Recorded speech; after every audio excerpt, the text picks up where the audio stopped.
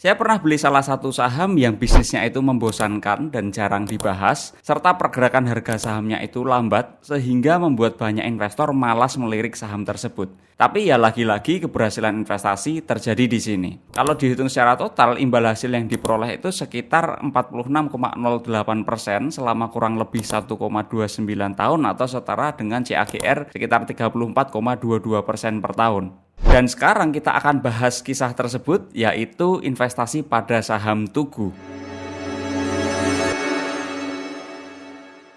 Ini menjadi rangkaian berikutnya setelah kemarin kita bahas keberhasilan di IBCM dan juga ASII ya, yang mana dengan perolehan hasil investasi pada masing-masing saham juga cukup menarik. Harapannya dengan ini kita bisa sama-sama belajar dan meningkatkan kemampuan dalam hal berinvestasi. Lalu supaya pembelajarannya ini bisa lebih terstruktur, kita akan bahas dengan urutan topik. Yang pertama adalah kecenderungan para investor. Yang kedua adalah bisnis asuransi Tugu, dan topik yang terakhir adalah solusi analisis dengan praktis. Jadi langsung saja kita mulai pada topik yang pertama.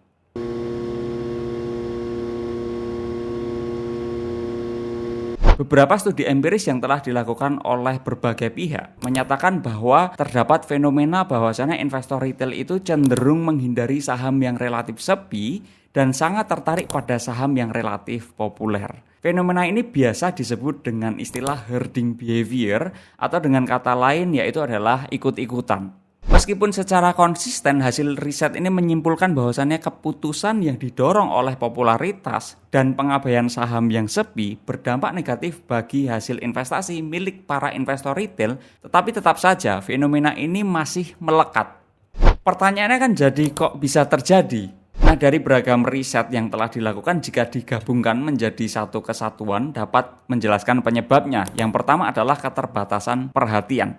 Investor retail cenderung tidak punya waktu, apalagi tim analis ya, untuk mencari saham yang fundamentalnya bagus tetapi belum populer. Sebaliknya, investor retail ini cenderung membeli saham yang menarik perhatian karena akses informasi yang mudah adalah melalui media sosial, berita, papan top gainer, atau perbincangan yang sedang hangat di pasar. Yang kedua adalah hasil jangka pendek. Investor retail berbondong-bondong membeli saham yang sedang naik daun karena performa jangka pendek yang terlihat menjanjikan ya.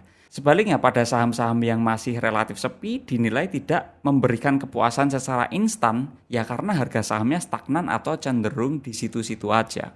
Dan yang ketiga adalah peran media sosial dan influencer. Komunitas digital seperti yang sekarang banyak sekali ragamnya, ini bertindak sebagai pengganda opini. Yang mana ketika suatu saham ini dipromosikan oleh influencer atau media tertentu, investor retail cenderung akan membelinya tanpa memahami resikonya terlebih dahulu. Sebaliknya, pada saham-saham yang sepi, jarang atau bahkan tidak pernah dibahas di media sosial ya, otomatis kehilangan daya tariknya ya. Tentu saja sebetulnya fenomena herding behavior ini bukan menjadi fenomena yang baru ya. Ada cerita menarik kalau kita kembali mengacu pada kisah Benjamin Graham, yang mana beliau merupakan bapak value investing. Sebetulnya beliau pernah mengutarakan yang intinya ya, kurang lebih berkata bahwasannya ketika kemajuan teknologi ini semakin canggih, value investing bisa menjadi tidak relevan lagi. Karena mencari saham dengan fundamental yang bagus, dengan harga pasar yang masih di bawah nilai intrinsiknya akan semakin mudah.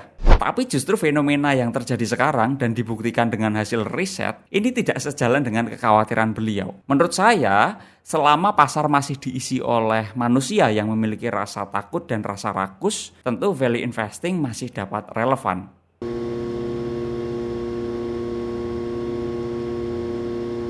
Ketika saya berbicara mengenai saham Tugu, tentu pertanyaan yang muncul yang pertama kali keluar adalah apa yang dilihat dari saham tersebut. Ya, waktu itu harga sahamnya masih sangat murah dibandingkan dengan valuasi yang kami hitung ya. Dan bisnis dari asuransi Tugu ini sebetulnya sangat strategis. Hanya saja memang belum terlalu disadari oleh pasar. Jadi pada tanggal 6 November 2024 adalah hari pertama kami membeli saham Tugu di sekitaran harga sekitar Rp1.080 per lembar saham, dan pada akhir bulan pertama tersebut porsinya sekitar 6,30% dari total portofolio. Ya sudah cukup lumayan sebetulnya. Lalu kalau kita bicara mengenai pasar saham di Indonesia dan masuk ke sektor keuangan ya, mayoritas investor akan langsung tertuju pada bisnis perbankan. Padahal sebetulnya di dalamnya itu masih banyak bisnis menarik lainnya Ya contohnya seperti bisnis asuransi Tugu ini, yang mana ini punya captive market, bisnisnya strategis, dan hal ini membuat asuransi Tugu ini menjadi menarik. Premi yang masuk ini menjadi salah satu sumber revenue yang dapat dikatakan relatif stabil, dan kalau kita masuk lebih dalam lagi, dari cara Tugu mengelola aset perusahaannya, juga dapat dikatakan cukup konservatif ya. Mayoritas aset investasi ini ditempatkan pada surat berharga dengan resiko rendah hingga moderat.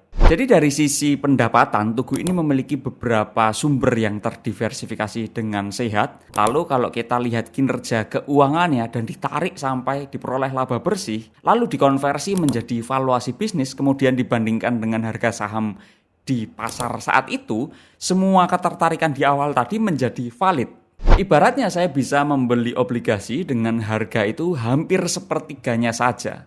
Jadi dari situlah kami terus menambah posisi dan porsi saham Tugu hingga 3,75 kali dari pembelian pertama dengan porsi akhir sekitar 9,37% dari total portofolio investasi dengan harga rata-rata menjadi sekitar Rp1.046,5 per lembar saham. Sepanjang perjalanan investasi, harga saham tidak kemana-mana, bahkan cenderung turun. Tetapi disitulah kami bisa menambah posisi dengan lebih baik lagi ya. Lalu masuk di bulan Oktober 2025, harga saham Tugu ini mulai bullish hingga puncaknya di Februari 2026. Dan pada saat itu harga saham mulai memasuki area wajar yang sudah kami hitung sebelumnya. Akhirnya kami jual total saham Tugu dengan keuntungan sekitar 38,55% dari capital gain dan 7,53% dari dividen yang diperoleh.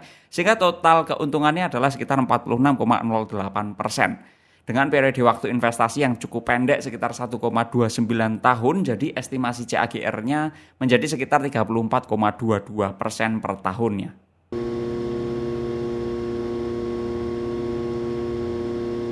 Menemukan peluang investasi seperti Tugu jelas bukan soal keberuntungan ya, tapi melalui proses riset yang cukup panjang. Tapi kami juga menyadari bahwasannya mengerjakan PR seorang investor itu butuh energi yang cukup besar, jadi banyak waktu, banyak tenaga, dan banyak pikiran yang harus dialokasikan. Apalagi kalau kita sudah lelah bekerja dengan pekerjaan utama, ya biasanya pekerjaan rumah seorang investor ini sering tidak dikerjakan. Kegiatan investasi jadinya malah asal-asalan dan ikut-ikutan saja. Oleh sebab itu kami membuat solusi nyata bagi para investor sehingga dapat membantu kegiatan investasinya. Solusi yang kami maksud adalah 10 saham pilihan dari Bursa Efek Indonesia. Ini bentuknya PDF yang merupakan hasil kerjasama antara Vestok dengan Ian Gibranata dan berisi hasil riset komprehensif terhadap 10 saham pilihan di Bursa Efek Indonesia. Tentu saja di sini telah melalui proses seleksi yang ketat berdasarkan kualitas bisnis, kinerja keuangan, dan valuasi yang menarik.